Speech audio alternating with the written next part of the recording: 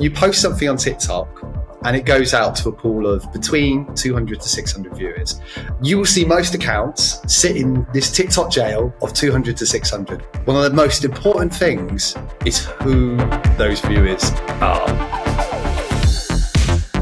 Hey there, James here, and you're listening to the Own the Moment podcast, the show where we explore the complex and always evolving landscape of marketing, advertising, and branding, and try to get to the bottom of what it means to be a truly memorable brand. The Own the Moment podcast is brought to you by Como Technologies, a self-service, complete customer engagement platform that helps you cut through the noise to truly connect with your customers and retain and grow those connections over time.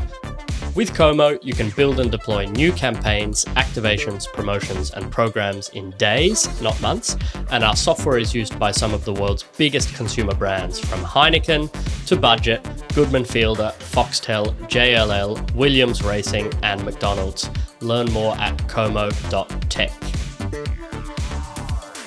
The marketing publication Contagious recently surveyed over 100 advertising executives about the media channels with the most creative potential, and TikTok received the highest combined score in terms of both potential and prioritization, with 40% of respondents voting it the platform with the most creative potential, and 50% of respondents voting it as the one channel to focus on in 2023. For today's episode, I spoke with Sam Gillies, the Chief Content Officer at Nonsensical, an agency dedicated to growing brands on TikTok. To date, they've helped their clients reach over 600 million organic video views and drive over £1 million in sales. Sam helped me walk through what he calls the 20 commandments of TikTok, the 10 do's and the 10 don'ts for brands wanting to go viral on the app. Sam walked me through how TikTok's most successful brand accounts, from Ryanair to Gymshark and Duolingo, make content that consistently wins attention. From whether or not brands should jump on the latest TikTok trend to how to reach the right audience, we covered it all. This is a 1-hour deep dive into branded TikTok. So if you're in marketing and want to grow your TikTok account, this episode is for you. I hope you enjoy the show.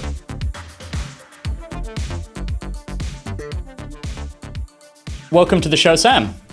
Thanks for having me, James.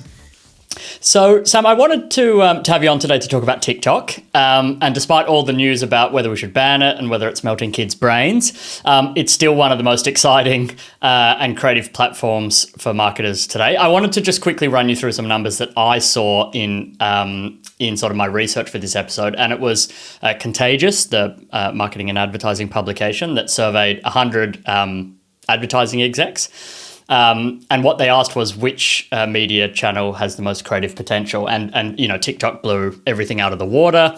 I think 40% of respondents said it was absolutely the most the channel with the most creative potential, and 50% voted it as the one to focus on in 2023. So before we start with the topic of today's show, tell me, how and why did you end up founding an agency dedicated solely to TikTok?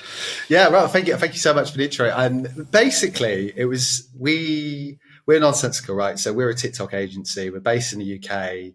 We're predominantly in the UK, but we have European and American clients as well. And we were born out of communities. Basically, we were community builders. So we had communities on Instagram and Facebook called Best of Bristol, if you've ever been to Bristol, and Birmingham Updates, based down in Birmingham. And we started doing social media management off the back of that around about 5 years ago or so. And during COVID, we basically realized there's this great platform, TikTok, where everybody's dancing, all the brands are trying to come onto it. And we didn't really understand it ourselves. Like, we'll be brutally honest, we had no idea what we were doing at that point. So we did, like probably many brands did. We brought on a load of Gen Zs that we hired. We hired 4 people and we said, what we want you to do, because we build communities, we want you to build communities that are about you, about your interests, and we brand them endless something. And so we set up about 7 different communities, and 5 of them were shit. 2 of them were really, really good. One of them was Endless Pride, which is an LGBTQ plus community. One of them was Endless Mythology, which is a mythology community. So if you like Zeus, Hercules, all of that type of stuff, they've got combined just close to 1 million followers. They've had, I think, about 200 million views in the last year. So that was our foray. That's how we got into it. And we suddenly went, that's how you do TikTok, community building. We opened it up to brands. And at the end of 2021, all of a sudden we were realizing was all of the brands we were working with had no clue about TikTok and they wanted to get good at TikTok. So early 2022, we repivoted the whole agency. We went, you know what, screw everything else.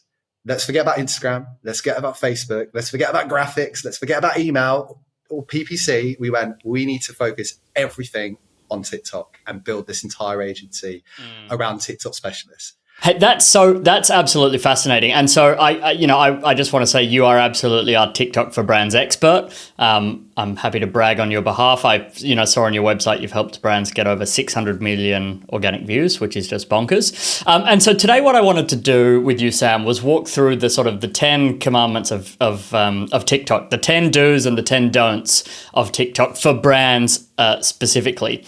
I thought we could start with the do's, and then we can move on to the don'ts. And so the first do that you've given me here, Sam, is to understand why you want to be on TikTok in the first place, what your audience is on this platform, and understand that before you do anything else. Yeah, it's the biggest thing. I think before you even think about why you want to be on TikTok as a brand, you have to understand how the algorithm works on TikTok. TikTok consider themselves an entertainment platform, not a social media platform. And the way the algorithm works, I'll try and do this in like 30 seconds, but you post something on TikTok and it goes out to a pool of between 200 to 600 viewers. You will see most accounts sit in this TikTok jail of 200 to 600 when they post things. Most creator accounts, most brands, you post something out, it goes to 200 to 600. One of the most important things is who those viewers are. So you've got to figure out what talk you want to sit in. So if you're a TikTok user, you will know your feed is littered with interests based around what you like. So me, I have a Dachshund. I have a lot of Dachshunds that appear on my TikTok. I love football. I get a lot of football. So I'm in football talk, Dachshund talk. So as a brand, your first exercise is going, what is my audience on TikTok? If I am a restaurant, do I want to appear in restaurant talk? Or if I'm a London restaurant, do I actually want to appear in London talk? So you start with that piece immediately to figure out what your audience is. There's a whole piece of work that goes into that, but figuring out what your audience is and then what talk they sit in. Because before you do anything else, you've got to make sure that viewership that you're targeting, the 200 to 600, is the right people. Because otherwise you're going to pump out content that might be good, might be bad, but it's going to the wrong people. If it's going to Newcastle and you're promoting about London, they're not going to care. So knowing your audience and figuring out who they're on TikTok is that first step, because you ultimately then know who's going to be seeing the content. How you optimize to that audience is a different thing. We can come on to that. But understanding that audience piece is massive. It's where brands fall over all the time. I love that term TikTok jail, and just like with some of my own experiences, that resonates. So, I know very little about TikTok, especially compared to you. Those 200 to 600 people, how are they being selected? Let's say I'm a brand, I've made my first video, I'm jumping on a trend, I don't know, the Roman Empire trend or whatever this week. I've put it out. How does TikTok decide who those 200 to 600 people are for my brand? How does that work if that's known? Yeah, it's relatively known. There's some stuff that's a bit of a black box, but there's various things you can take. So as a new account, it's different to an account that exists already.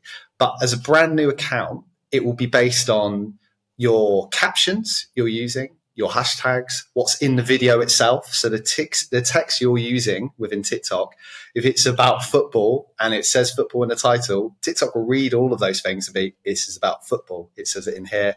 It says it there. The other side is location. So if you post from Australia, that's your brand new account. You've got an Australian SIM card. You've got all your phone's in Australian. Different language, right? And you post there, it's going to go out to Australia. Those 200 to 600 people will be Australian. So brands that are international, they might want to hit Germany, but they're posting from the UK. You're never going to hit Germany. Your pot is going to be UK based initially. So you've got to be really, really specific about where you're posting from, what captions you're using, the hashtags. The other thing is who you follow, who you're interacting with. TikTok uses this as like connectors, signals to go like, what type of talk does it sit in? So there's a load of build work you do initially. And the longer you go on, it's based a bit off your followers, who's interacting with it. Sure. They start coming into the pot, but there's always new users in there the whole time. So that text part, so that audience piece, right? Once you've got the audience, you know if you should be putting football or London or something else, but you don't want to be too much, because if you put in, I don't know, it's a trending subject like the Roman Empire, as an example. You're talking about the Roman Empire, which is a whole trend world, but it's also history then at that point. And if you happen to be tagging in London and then also potentially restaurant, TikTok's really confused at that point. TikTok is like, where am I putting this video? It doesn't really know. Fascinating. Yeah. Yeah, I mean, just that example there is really, really interesting. I mean, you know, how to, and we're going to get to trends a little bit later on, but how to jump on a trend without blowing up the TikTok's understanding of who you are. That's absolutely fascinating. Okay, so the second is be authentic to this audience. Make sure it looks like a TikTok, not too high production, shouldn't feel scripted, and the creator looks authentic to your brand. What did you mean by that?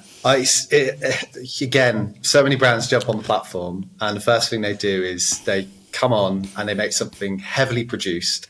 They could have done a TV ad, they could have made something elsewhere, and they've then chopped it down from 16:9 into a 9:6. And TikTok users just immediately smell a rat. They're just like, it doesn't look like a TikTok.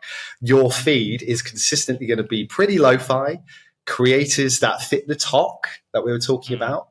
So if you're not doing something that feels authentic to that audience, that talk that we keep talking about, it's going to look really out of place. And people are going to think this is an ad or this isn't right. There are some really, really well-produced accounts that it's not all about pure lo-fi, but they still feel authentic to that talk, to that user and stuff like that. So making it feel authentic, native is like just so important. I think native is a really interesting word there. I had, I don't know if you know Tom Goodwin, I had him on the show a couple of months ago, and he really talked about this idea of the problem of taking, you know, TV ads and putting them on YouTube or Instagram or TikTok for that matter. So that makes a lot of sense. Okay, number 3 from you, Sam, was be relatable to the audience. Yeah, you can kind of see how these are all linked already, right? So if you've got your talk. Absolutely. Right? If you got your talk, if we're making a brand account that's all about, let's come up with something about plants as an example, what is relatable to that audience in that talk? So do that research about, okay, because you will see disparate, wildly different styles. You'll see green screens, you will see comedy, you will see something useful. Right. But you've got to figure out something based on your brand itself, right? Like, relatability means many things to people. It's about passion, could be relationship, it could be your job. But what is relatable about it? When we script things, we re-script things so much because we just go, that's not really relatable to anyone. No one's going to relate to that particular thing. So you've got to find something there that is actually a connector point to that talk audience. Be it the Roman Empire trend is relatable to women and men at the same time in a very different way. But how do you then bring in that relatability back to the brand, back to plants and stuff like that? That's why the Roman Empire trend was amazing, because it's inherently relatable to almost everybody in that scenario. Yeah. It's fascinating as well because I don't know if this is true, but my anecdotal sense of, I guess, social media right now is that relatability piece feels like bigger than it's ever been. And I mean, so small side note, like I'm a dad and my social media is filled with like parent content. So it's like, you know, and yeah, I share that with my wife like all day long on my phone. Yeah, exactly. And it's fascinating to me because that, and maybe I'm just misremembering, but I don't remember that from 5 years ago on Instagram or on Snapchat or on Facebook. And I think maybe that speaks to that idea of this entertainment rather than social media piece, which is really, really interesting, I think. And, you know, especially when you consider how brands can jump on parent talk or whatever it might be. Yeah, massively. So Instagram was like, I think back in the day where brands were getting big on there, I always think back to the Oreo campaign. which is more Twitter based and stuff like that. But it was never, do you remember when the Super Bowl lights went out and they did that amazing reactive tweet, and it was used as like the test case for reactivity for years? And they had, when they made it, they had lawyers in the room ready to go. I think it was like, don't quote me on this, something like 10, 15 years ago. And it was like, that was never relatable, but it was funny and it was a moment. But you didn't have brands designing this content now where they're just like, they're trying to tap into creator-led content around relatability. I think you're absolutely right. It's a big, big change now, because now you've got to do something where your brand and your audience is pretty irrelevant, because you've got to go out to a new audience on TikTok who are only interested in entertaining.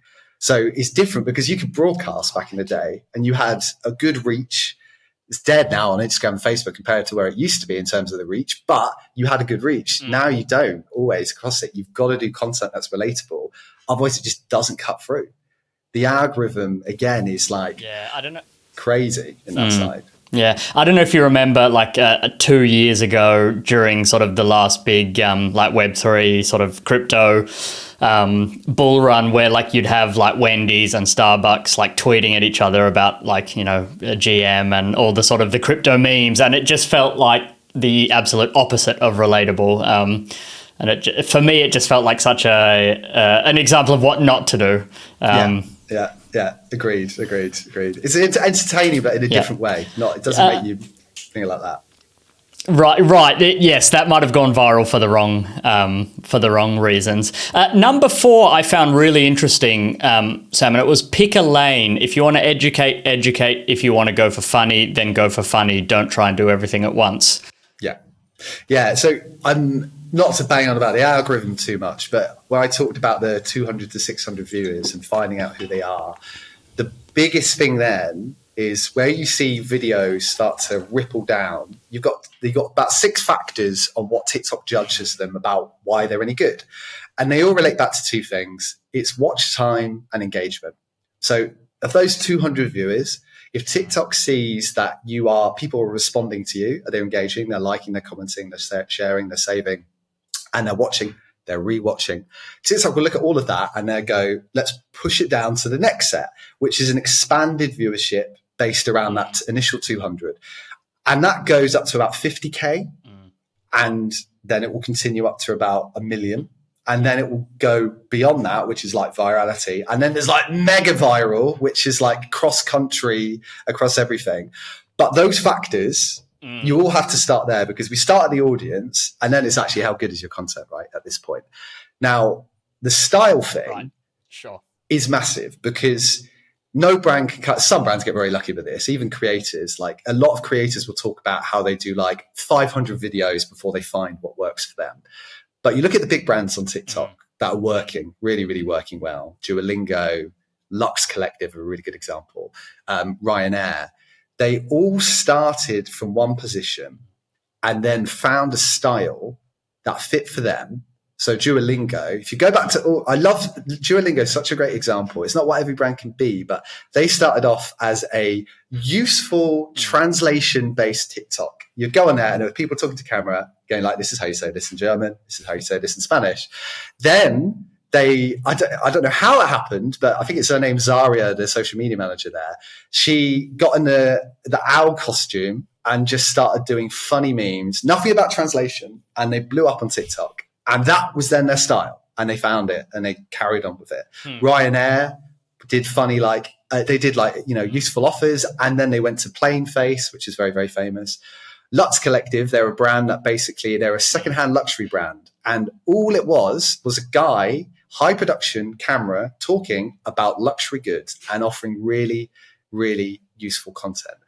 Now, all of those examples are kind of different, but when you're a brand and you're going out to that audience, 200 to 600, consistency becomes massive and your own thing becomes massive. Because if you try and be useful one time, and then you're doing like sketch-based funny content the next time, and then you're doing like entertaining memes, you are confusing that 200 to 600 viewers about what they should expect consistently.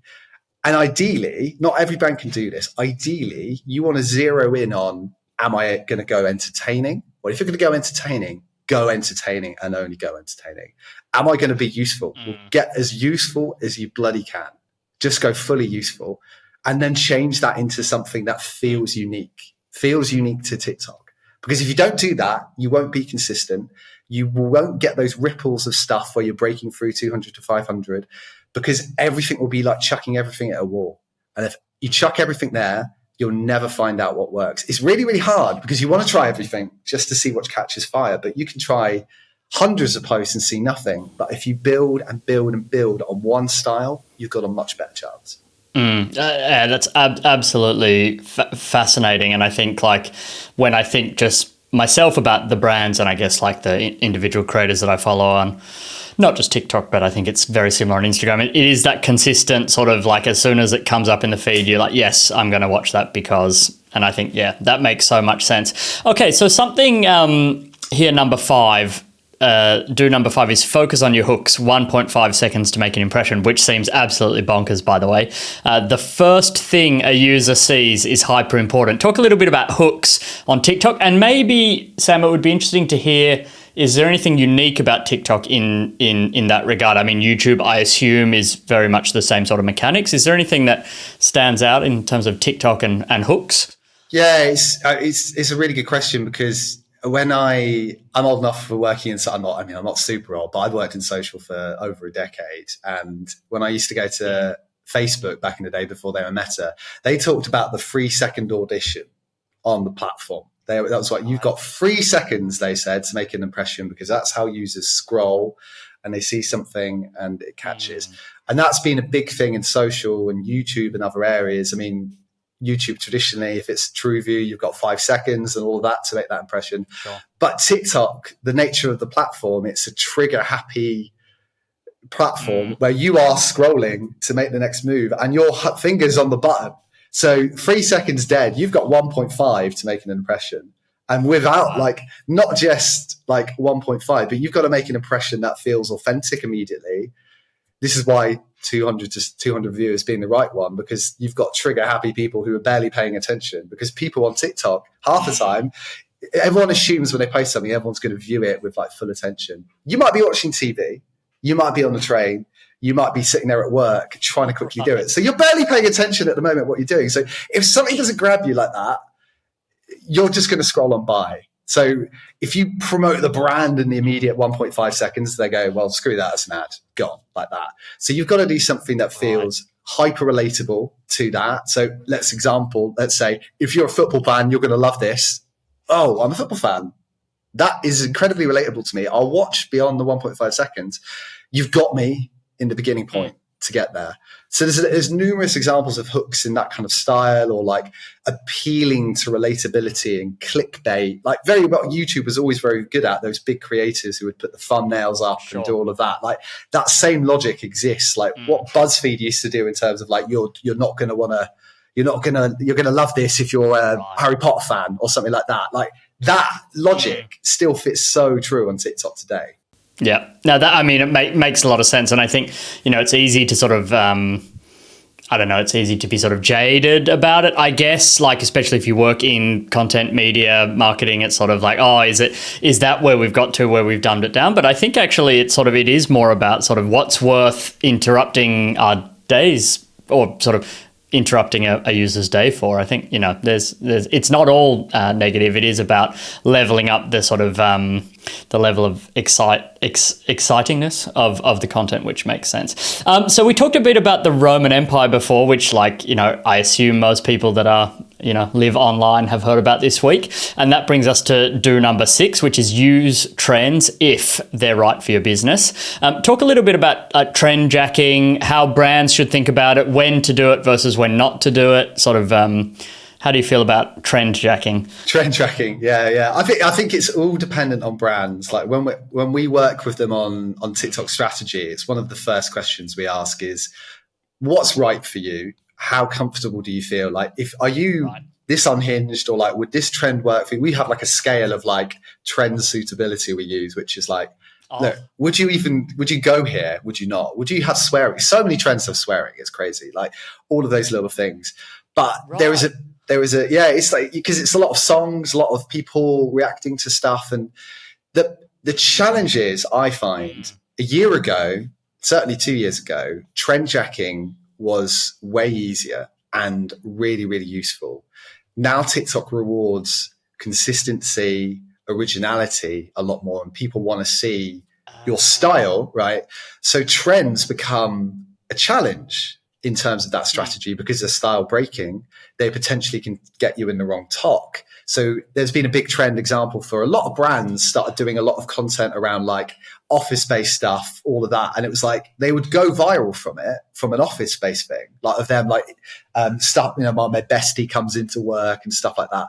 But what's the point?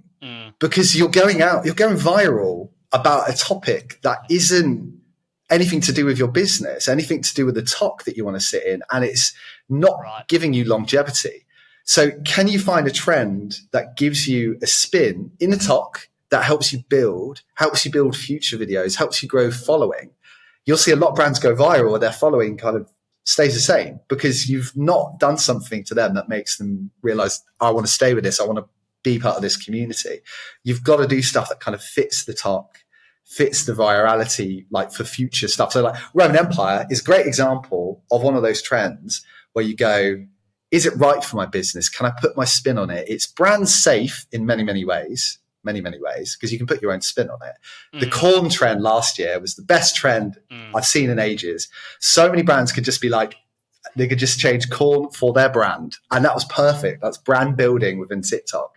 So like those big moments where you can bring stuff is super, super good. But trend jacking gets really, really tricky. Remind me, Sam.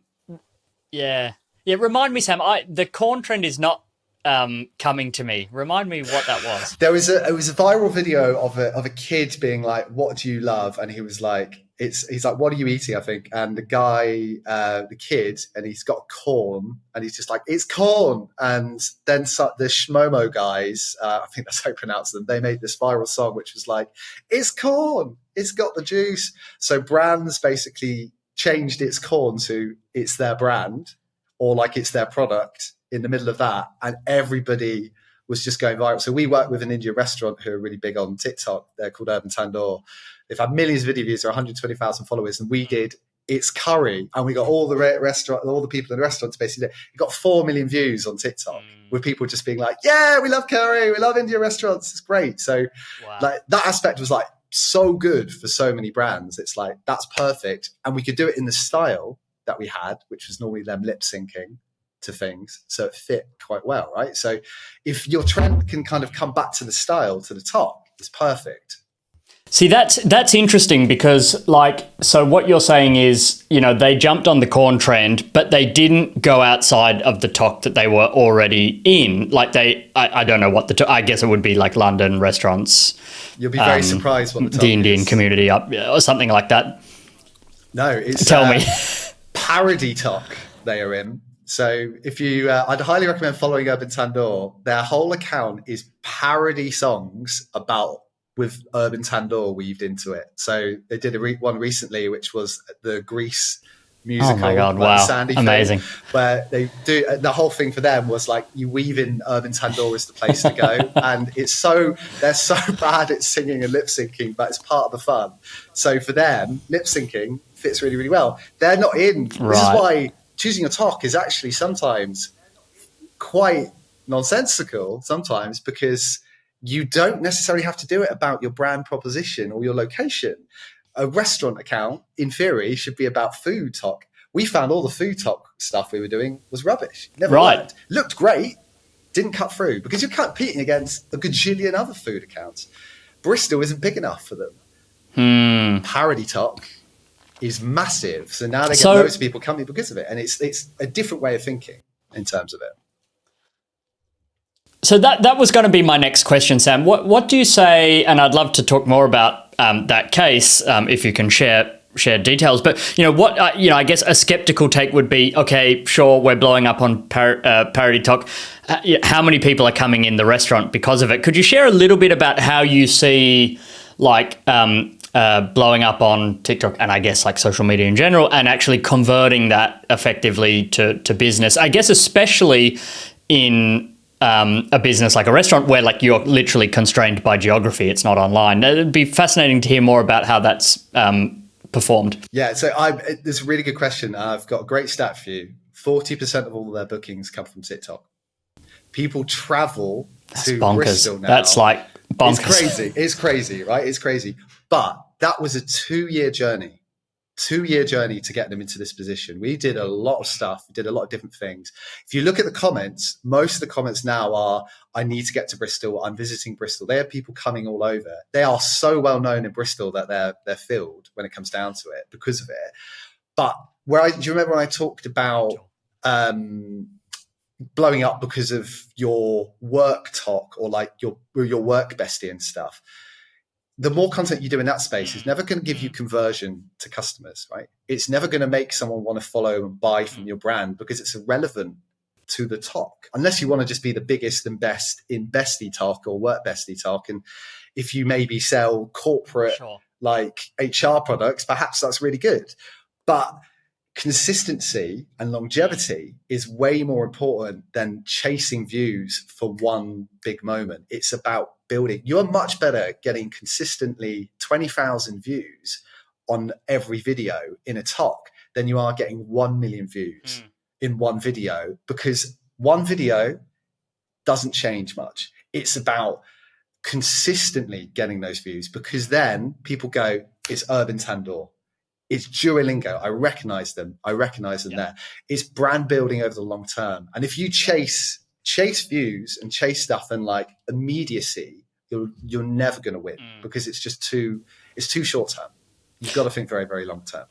Yeah, so that makes total sense to me. Long-term brand building. How could you share with Urban Tandoor, is there any mechanics which they implement to drive that conversion, or would you say that there aren't any, and actually it's all about brand building and people organically then decide, hey, I'd love to get there because I just love this account? Is there anything in the middle there, or is it all brand building, following awareness, and then by nature of, enough people eventually will just convert anyway? It'd be great to hear a bit more about that. Yeah. I'll talk a little bit about Urban Tandoor and then I guess some other examples, because they naturally, they do a few things where their link in their bio will have the ability to book, so people go there. But if you go to their Instagram, there is a mix of that content that blows up on TikTok, on Instagram, but there's also more food-based content on there. They've got their selling on there because they know they get their audience onto there. So they do a little bit of work on that side, and they run ads on Instagram to mop up some of the people that have interacted with them off of the back of the TikTok stuff. So that's one way of doing it, but they don't judge it necessarily on sales, but it just has a happy coincidence. I would always recommend, if it's a conversion-based campaign, wouldn't be to look at organic for that necessarily. It would be potentially to bring in things like influencer, TikTok ads, stuff that you can start mapping back. There's a really, really good tool at the moment called New Commerce, which is like KNOO commerce, basically. It's a post-purchase survey tool. And I don't work for New Commerce, I should, because I promote them all the time, but they do a post-purchase survey tool for people who just bought at the end of the journey. And we've done it on a couple of clients and seen 40-45% response rate, which is wild. And people say where they actually saw you from, where did they first see you from? And the data we saw, which was, we were running TikTok ads and organic for a client. Last click attribution, 5% of sales was TikTok. This post-purchase suddenly put that up to 30%. Wow. Which was wild, because it didn't show that on the data at all. It showed people have come through Google, because actually people are seeing stuff on TikTok. Right. They've Googled them, they come back, they've done their research. TikTok people are savvy. They will look for those deals and start researching, but they kind of get lost in the mix. So if you're ever thinking about your business, try and get the data back from people who are buying about, did they see you on TikTok? Where did they first see you? Was it influence? Was it that? So it's not quite organic, but I think it's something to really, really think about, because measurement tools today and last click are so crap. Basically, it's all zero party data like that is just fantastic. Really recommend it. Yeah, and here at Como, that's our mantra as well, is really, really investing in zero party data strategy. So that makes a lot of sense. Do number 7 is maybe an obvious one, but nonetheless, seems important, which is to comment and engage with other brands in your space. This is a big part of TikTok, understanding what talk your account should be in. It's interesting. Yeah, it's a big part of messaging, engaging with other creators in that space helps that linkage for TikTok. But if you, I don't know if you, this is how I use TikTok, right? If I see a viral video, I will always go to the comments and I'll be checking out the best comment. And if you get the top comment on that one, you get so many more profile views coming back to you. So you've in theory got similar creators that are similar to you, and then who already follow a brand that is in theory relatable to your creator. Now you've got them coming to your profile, watching your video, increasing the watch time, increasing the engagement, following your brand. So that's a really, really big bonus. But on your own content, massive mistake brands make. They just leave their comments there. You have to respond to every single one because, one, it's about building a community, not just a bunch of faceless followers. But if you respond to a comment on TikTok, what happens is that person who's commented gets a notification. They come back to the video. They've started watching it again. It's a rewatch. That helps in the algorithm. They've maybe engaged again and they've got recommented. So you're suddenly now helping that video back in the algorithm. So you will see your video, maybe it was stuck at 30,000 views. Suddenly it's gone up to 32,000 because it's got a little bit extra boost in the algorithm. So it's so important. Engage with everybody so you can build a community of people, because you speak to a person, they want to come back. They're more likely to comment the next time. So you start getting it. Urban Tundor again, I won't just always talk about them, but look at the comments. There are probably 100,000 we have replied to this year alone, because everyone is important. We have to respond to it just to kind of keep up. And people love commenting now because of, like, part of that is, you know, the video's great, but people, they always come back. They know they're going to get a comment. They ask for, like, when's the admin going to respond to me and stuff. So, like, build it and engage with it. Don't leave it there. So, even if it's bad, play into that. Like, lean into it. Like, controversy works amazing on TikTok. So yeah, nurture that audience, grow it. Yeah, it's funny. I had Kevin Lynch from Oatly on the podcast a couple of months ago, and a big part of their social strategy, I'm sure you've noticed, a huge part of their social and community strategy is to engage with the haters. Oatly is obviously a very divisive brand. It gets a ton of hate. And they, recently, I don't know if you saw the campaign fuckoatly.com. Which was, this person they'd put up this website called fuckoatly.com, which was like, all the things that, this person didn't like about Oatly, and Oatly, their campaign was fuckoatly.com, which was, them just so totally leaning into the joke, and it went viral, as almost everything they always do does. So I think that makes a lot of sense, and for me that links very much back to the authenticity piece earlier, which is, and I think again Ryanair brilliant at this as well, and obviously that's not right for every brand. It's probably not right for a bank or an insurance company, but there's something to be said there. The next one's interesting because this is something I sort of know very little about, which is TikTok SEO. Choose some of your content based on TikTok SEO and what you want to rank for on the platform. So that's titles, hashtags, and captions. How does SEO on TikTok work? It's very similar to Google in some ways and very different in other ways. Obviously, Google SEO traditionally about link building and keyword building. And the key thing for TikTok is understanding keywords within your title, within your caption, within your hashtags, with what's said. So that helps TikTok understand where to place it within search, basically. So every video on TikTok, if you go on it today, have a little look at the very top bar, what you will see is a search bar on the video, and you will see how TikTok has defined the video. So it will, if it doesn't understand it, what it will say is related interests on there.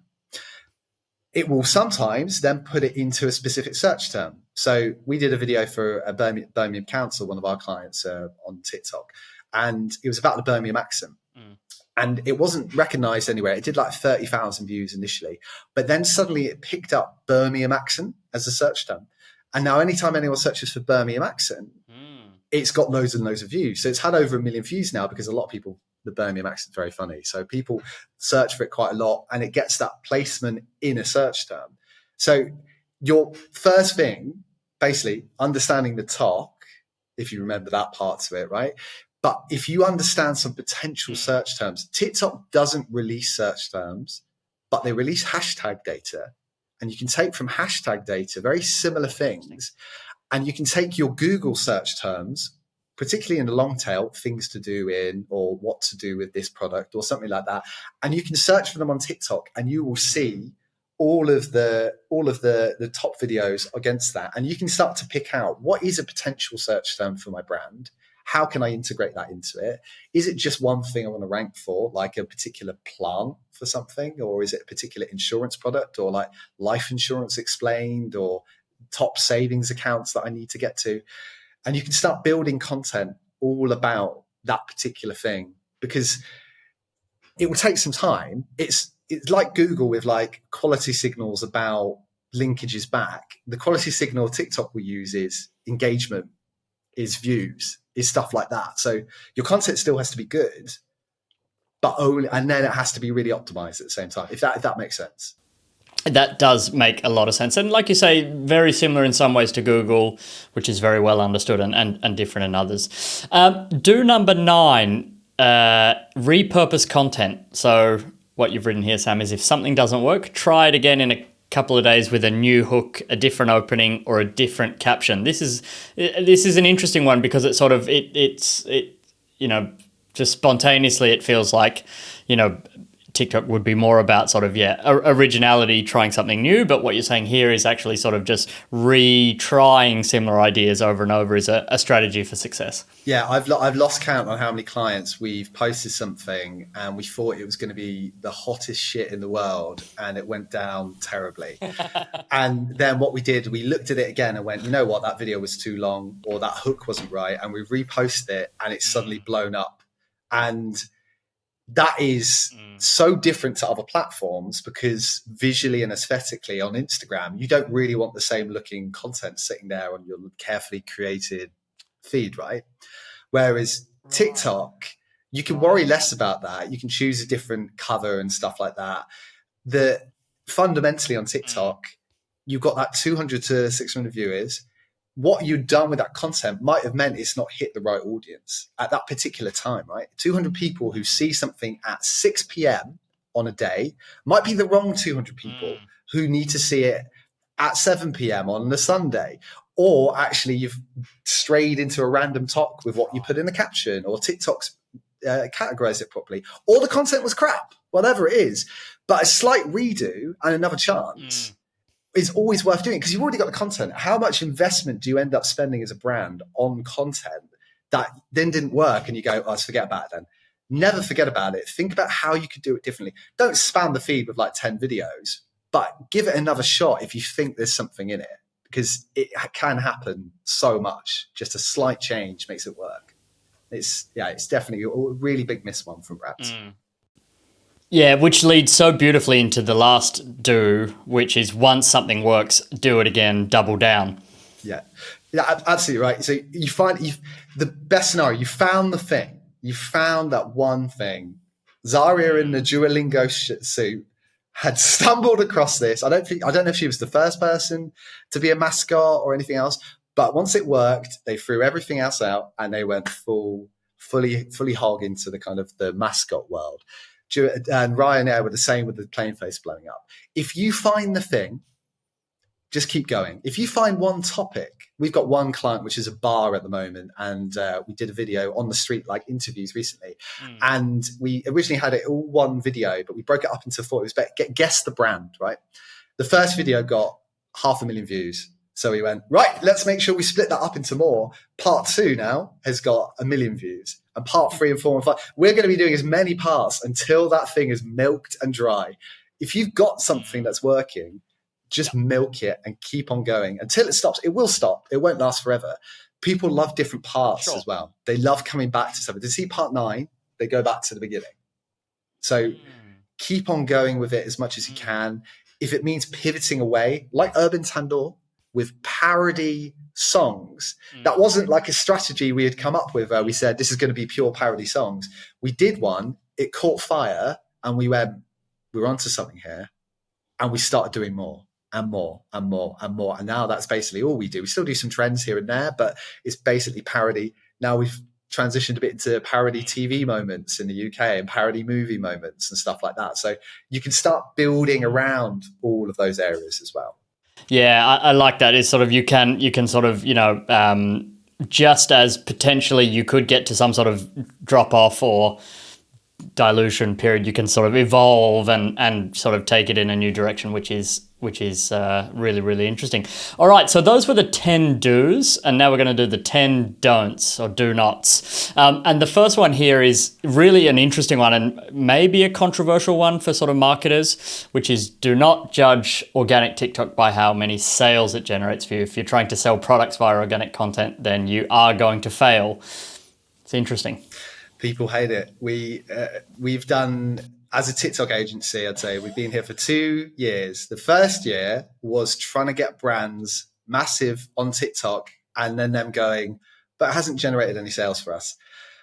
And what we realized is some brands come to invest in a platform very much on, I mean, understandably, there's an ROI that they need in terms of that investment. So if you want to generate sales, if you want to generate leads, if you want that type of stuff, that's all well and good. But organic, it's like working with a hand behind your back if you're trying to sell something the entire time. It is possible. Example, Urban Tendor, bookings come in, helps all that type of stuff over the long term. But if we were trying to sell curries, it would never work because it's too product based, it's too sales based. But TikTok has amazing, amazing potential with TikTok advertising, with influencers. It's got incredibly low CPMs, great conversion. If you're in the UK, TikTok shop is huge at the moment. And it's a way of working with affiliate creators. And that's massive. And like, that's where you can do it at the moment. Don't go in with your organic strategy of like, I'm going to flog all loads of stuff about my brand, because people don't give a shit. They really don't. And you can't judge it on that. Yeah, no, that makes so much sense. And I think just an interesting side note is, I read the TikTok shop update on your LinkedIn the other day, and that's really, really interesting because we've obviously had things in the past, like I know Instagram obviously have some sort of commerce features, which again, maybe I've got no idea, but just doesn't seem massive. Pinterest, I know, huge platform, obviously haven't feels like no one has really nailed that sort of social shopping piece, at least in the West. I'm sure like in China, there's probably huge successes, but TikTok feels like the one that could work. I really think it will be the one to break it. The difference between Instagram and Pinterest is that they've spent, I don't want to get my numbers muddled up, but between 500 million to $1 billion in investing in the fulfillment of TikTok shop.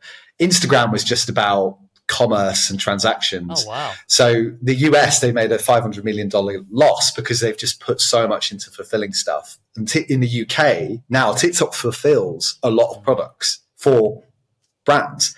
So they are so invested in making this something. They're trying to be Amazon of social media when it comes down to it. The Amazon worked because it built this whole fulfillment network. Now things are being fulfilled by TikTok, and TikTok are heavily invested in making that become massive. The amount they're pulling to the deals they give to brands, the deals they give to creators to promote it, it's wild. They've nailed it in Singapore, Malaysia, over in China.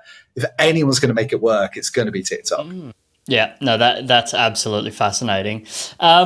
Don't number 2, we've talked a little bit about it before, but it was don't put content from other channels on TikTok and expect it to work. Now that's fairly obvious. We've talked about authenticity, lo-fi, so maybe we don't need to cover that again. But what I will say is something I have noticed, Sam, is I've noticed a lot of TikTok, it's sort of the joke that, the reels are like this week's reels are last week's TikToks. Why does it work one way and not the other? Do you have a view on that? Yeah, definitely. I think you're starting to see the migration from YouTube a little bit more so than Instagram. You've got a lot of, there's a lot of like Mr. Beast, take Mr. Beast's example, biggest YouTube creator. Now invests a lot in TikTok. Diary of a CEO, I mean, great example of that. One of the biggest podcasts in the world, but they spend a lot of time making their content from YouTube into TikTok first content. So there's a really interesting guy. I can't remember. I think it's Anthony Smith or something. He's the trailer editor they have a position in the company, which is trailer editor. And he shows their process for how they do 9:16 TikTok content and then Instagram and then all of this. So you are seeing like YouTube content coming into TikTok, this podcast style, which is just like working phenomenally because it's being repositioned and purposed in a different way. Whereas before you would have been like, well, it has to be designed for TikTok. Actually, it is coming from YouTube. And now TikTokers are getting much more used to it because it's got the right text. It looks a bit native. It's designed in that way. So you're starting to see a little bit of pushback from it, but it's still done within the realms of like, it looks like a TikTok in some respect. Sure. The next don't I found really interesting, Sam, because it's do not heavily script your content, which again, we've talked about authenticity, lo-fi, not being corporate. But at the same time, I suspect a lot of brands that do well on TikTok, that, it's very well thought out. So what's the difference between not scripting the content versus I guess being spontaneous or not thinking through it? Sort of help me try and sort of unpack that. Yeah, it's a bit of a misnomer the way I've described like not heavily scripting your content. I think it's like the authenticity piece comes hugely into this, and it is like having a well thought out treatment and everything else is essential when it comes to that. You can't just let it all go.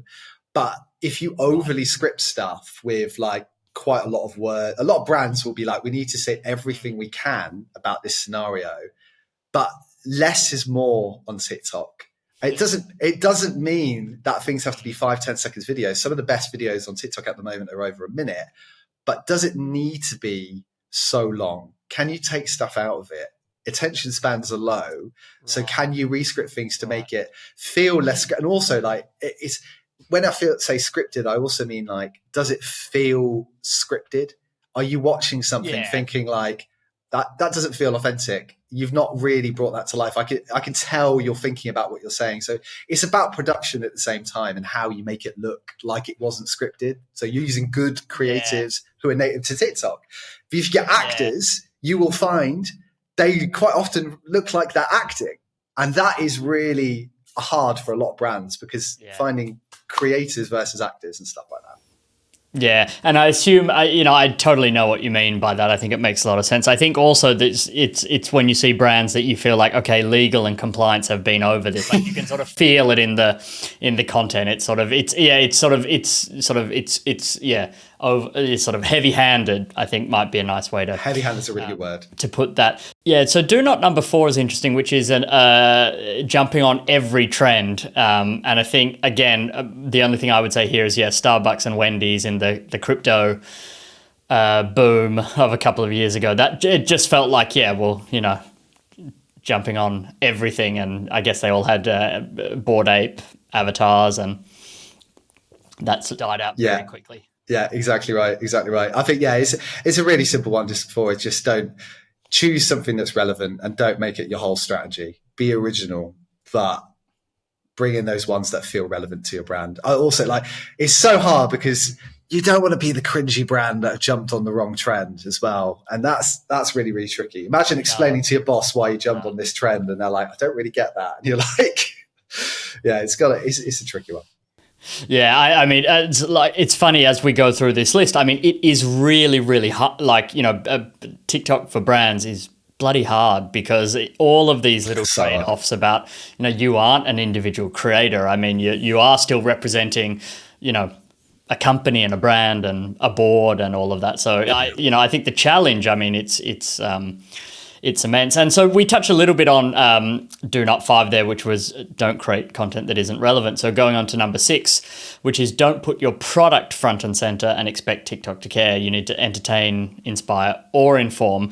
We've talked a little bit about this, but are there examples of brands that do put their products forward and still succeed? Are there exceptions to this rule? Might be an interesting discussion to have. Yes, there are. It is.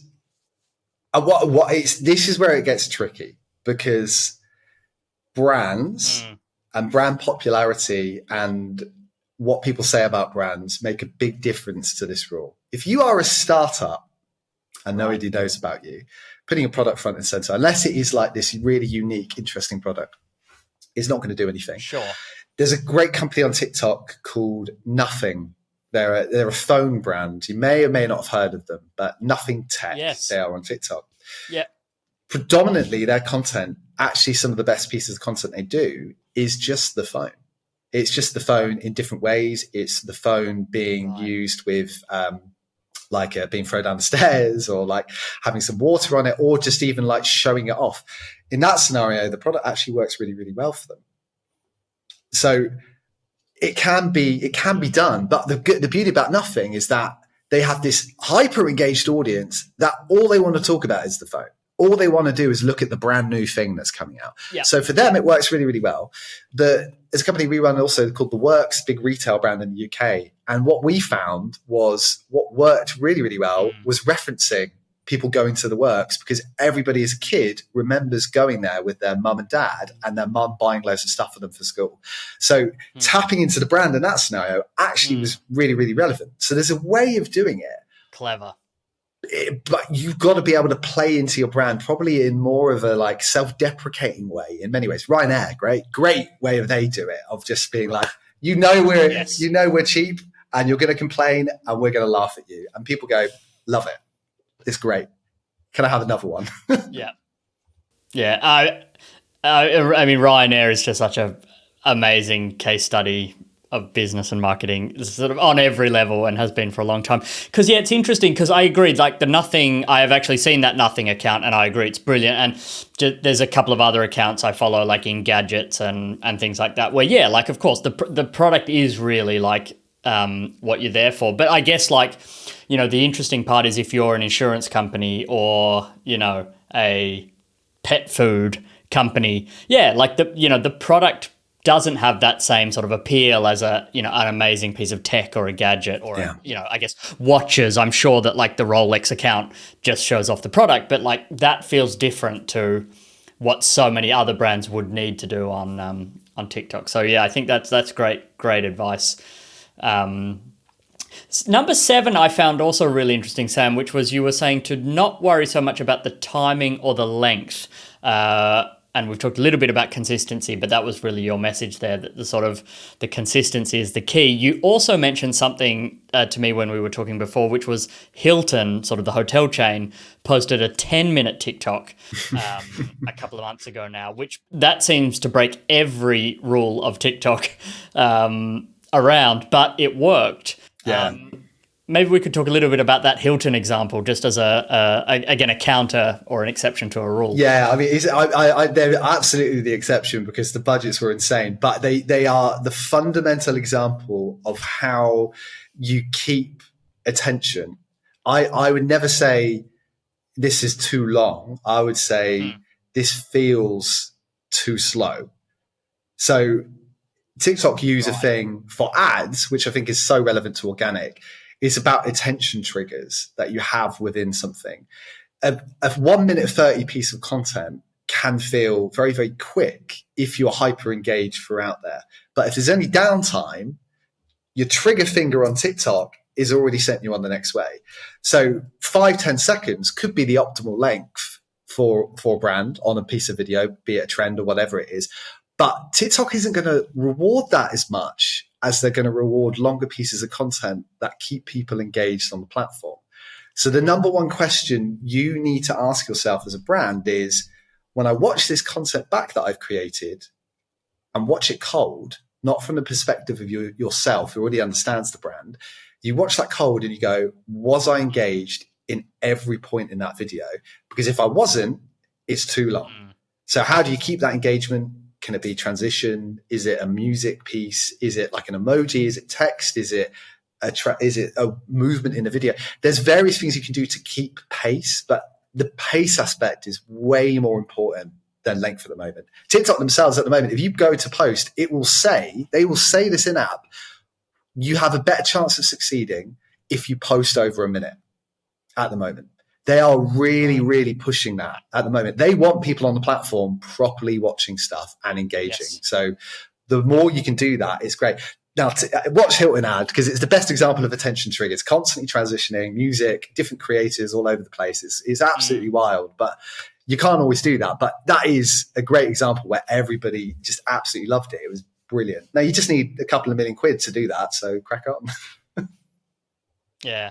And I did watch it a few months ago, and I seem to remember Paris Hilton was also in it, so you probably need a few million for talent as well. Although I hope Hilton get her for free. Yeah. But who knows? So that was a lovely segue into do not number 8, actually, which was do not focus on content that is not scalable. If something works, you want to be asking yourself, could I do it again 10 times? And I think that is actually a really interesting example, thinking of, that Hilton video, which, like you say, I'm sure the budget was in the millions. Now, that's not something they can pump out every day. No. Whereas I assume Duolingo or Ryanair, they're pumping out TikToks daily. Talk a little bit about scalability and what that means. Yeah, probably one of the things my team hates me for the most is nixing ideas, which I don't see where there's a series, or that's such a high level of production that if it doesn't work, it's a big investment in something. Right. We have to be so sure that something's going to work very, very well if we're going to get into high production. But scalability for me is taking an idea or a concept and going, that's great. Well, how do we make that 4 times with the production that we have? So podcasting is a really, really big level of content, and brands are starting to come onto that on TikTok at the moment. And it's one of the most scalable pieces of content that is out there. The same with on the street interviews. They are high production to set up for talent, for permission, for all of that. But once you've got them in a room, or once you're asking people on the street, you can break that down into, let's just do one question, and let's do part 2, part 3, part 5 by 5. You can film tons of content that way. So actually then your investment in content becomes way more per piece to be able to give you that level of consistency, that level of growth across something. It doesn't mean don't do something because it isn't scalable all the time. But if you're choosing a strategy, think about what is going to be that scalable thing. If it's about like doing crazy challenges like Mr. Beast, ask yourself, how many can you do before you've run out of ideas and budget? And that's a really tricky thing sometimes. Yeah, I think that sort of bang for the buck and sort of remixing, repurposing mindset, it feels very native to TikTok. Yeah. But it's also, like you say, it's very scalable and sort of cost effective, which, especially for brands that are making a bet on something like TikTok, which I assume most are, at least in the beginning, that feels like a very smart strategy. So do not number 9, and we've talked a little bit about this, but we can expand upon it, which is do not try and reach people in a different country from organic without understanding the location on TikTok. We've talked a little bit about that, but what about things like language? How does TikTok deal with language and sort of, I guess, things like that? Yeah, that's a really good question about language. I think it's if you've got the budgets, it's always a budget question, right? Like Duolingo, great example, Ryanair, as usual. They've got different accounts for different languages now. They actually redo, either they just redo trends now, but they do it within the country of choice. Sometimes they do that really easily because actually what they do is they just change the text. Other times they will go and film something specific to Germany. They had one recently. So I live in Berlin. They had the Duolingo bird outside Berghain not being able to get in, which was like a big German meme, which was very, very good. But that's brilliant. It was so great. It was so great. But if TikTok pushes it out to relevant people, that I don't know why, because Instagram you could just post wherever. It doesn't do it this way, but it bases it on your SIM card, your location. Down the line, it will pick out your followers and it will start to zero in on that. But if you're starting from 0, you want to make sure that your phone is matching the language of the audience that you want it to go out to. So if you're after the French, you better make sure that your phone is in French, that TikTok knows it's in France, that the SIM card is French to do that. So I live in Germany. I have a UK SIM card. Everything I post goes out to the UK still because everything I created was in the UK. So TikTok is just like, oh, this is a UK account. I get shown German content, but my content gets pushed out to the UK. It's really, really tricky. So if you're an international brand, think about that language, where you're posting, who's setting it up. Can you farm it out to a creator in that country? Like there's different ways around it. But yeah, it's it won't just go out to everybody. Yeah, that's really, really interesting. All right, so the last one, do not number 10. And I think this is actually potentially the best one, which is don't forget that TikTok isn't just for kids dancing. 46% of users are over 25 years old. You don't have to go after the Gen Z audience and be unhinged to win. Yeah, I love this stat. And I think it's actually got even bigger now. Like the audience of over 25s are growing and growing. I think it's over 50% now, which is wild because people still think of, oh, I don't want to go on TikTok because it's just a load of kids dancing. It's just not the case. My mum's on there, right, which is nuts. She's a complete technophobe, but she's on TikTok. She loves it. Like it is. She doesn't post anything, thank goodness, but like she's a browser. She views it. A lot of people over the age of 25 are lurkers. They're passive users of content on TikTok. So this reputation of young people on TikTok comes from a lot of what people see, not about the actual audience that engage with it. And I mentioned earlier about choosing that style, that lane. You can be unhinged, you can be entertaining, but you don't have to be because there's this whole element of TikTok that is about education. Learn on TikTok. BookTok has had 20 billion views or something nuts on there, just about books and people learning about topics. You can be so useful and people will respond to that because that's what they want to know. Like they want to know things when it comes to TikTok. They don't just want to be entertained. They want to be informed. So pick that lane. If you want to inform users about stuff, then do it because in time you can build that in that talk and you can grow with that audience because there's just so much potential. The over 50s are the fastest growing audience on over TikTok, which is wild. Wow. That is wild. But I guess it's like it's funny, isn't it? Because I mean, I think like people instinctively get that like something like YouTube is that way, which is sort of cuts across all demographics. But right, there is this sort of I guess I have that sort of bias in my mind as well that you sort of think that TikTok is something that it isn't. Which is great. And I agree. Going back to that first stat, an hour ago, I think all brands and marketers do see it as the platform still, as big as it is with the most potential. Sam, this has been so great. I think, so many nuggets, insights and learnings. I thought we could end with just asking you a question. So what are the brand accounts that, we've talked about a bunch today that everyone should go and follow? If you're a marketer working at a brand, a corporate, what are the accounts that, they need to be going and following today to get inspiration? Yeah. I've probably said them all 1,000 times, but I'll encourage you not just to promote one of our own, but Urban Tandoor Bristol on TikTok for this example of parody stuff that is driving volume and sales and all of that type of stuff. I think it's just a great example of thinking outside of your industry. Lux Collective, LUX Collective, maybe an E in after X, all about informing, never selling, but informing a guy just speaking to camera, talking about topics about fashion and stuff like that. It's very much learn on TikTok, but it's translated in their business is doing millions in revenue. And the owner will talk about it's all TikTok that's driven that. And he's never sold anything on the channel. He's only informing. This is a great example. Right. Duolingo, just purely for the entertaining unhingedness, and Ryanair, the same as well. I do love Scrub Daddy as well. I think they're just a fantastic one in terms of what you can do with a product. They just do it based around. I mean, if you've seen Scrub Daddy with like the little sponge and stuff, so they do very, very funny content. No, I haven't. That's completely new to me, so I've got to go and check that out straight away. Yeah. Check out Scrub Daddy on that one. Like, there's lots of other ones, but I think those are some of the best examples that I just kind of see at the moment. There was another one. It's slightly old now. Sorry, I'll give you two more, and then I'll end.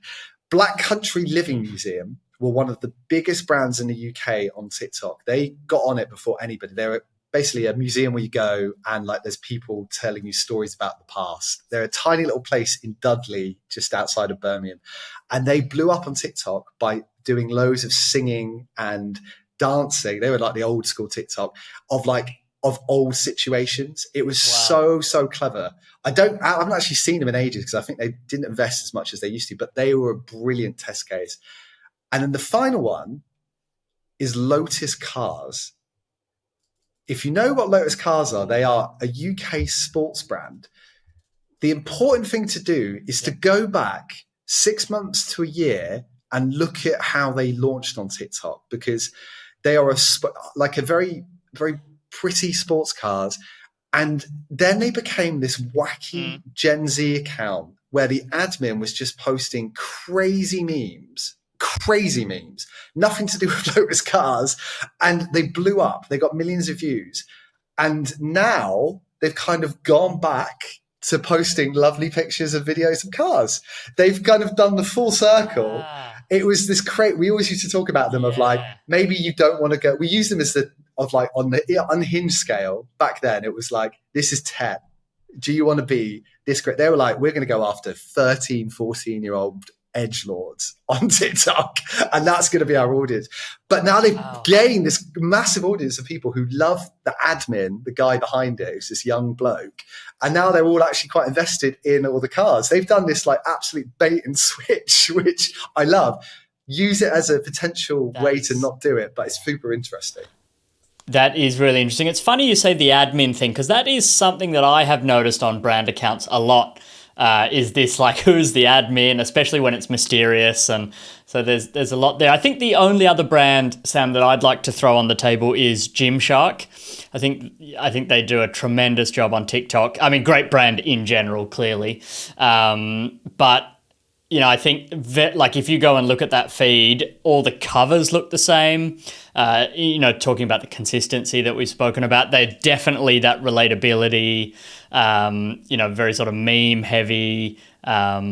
So I think Gymshark is absolutely one to check out. I agree as well. with that. They've really nailed scalability. They've just got carousels of images with things, and they're doing that is a great example of scalability. They've used a format now that's blown up, which is carousels, and they have this defined style on TikTok now. I love it. That's great.